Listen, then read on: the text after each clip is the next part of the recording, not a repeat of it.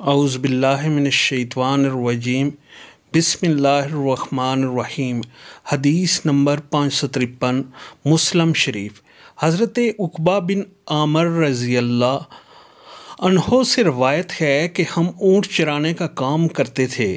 میری باری آئی تو میں اونٹوں کو چرا کر شام کو ان کے رہنے کی جگہ لے کر آیا تو میں نے دیکھا کہ رسول اللہ صلی اللہ علیہ وآلہ وسلم کھڑے ہوئے لوگوں کو وعظ سنا رہے ہیں۔ آپ صلی اللہ علیہ وسلم نے فرمایا کہ جو مسلمان اچھی طرح وضو کرے پھر کھڑا ہو کر 2 رکعتیں پڑھے، اپنے دل کو اور منہ کو لگا کر، یعنی ظاہر اور باطنہ متوجہ رہے، نہ دل میں دنیا کا خیال لائے نہ منہ ادھر ادھر پھرائے، اس کے لیے جنت واجب ہو جائے گی۔ میں نے کہا آپ صلی اللہ علیہ وآلہ وسلم نے کیا عمدہ بات فرمائی، جس کا ثواب اس قدر بڑا ہے اور محنت بہت کم ہے۔ اس پر ایک کہنے والا میرے سامنے کہہ رہا تھا کہ پہلی بات اس سے بھی عمدہ تھی۔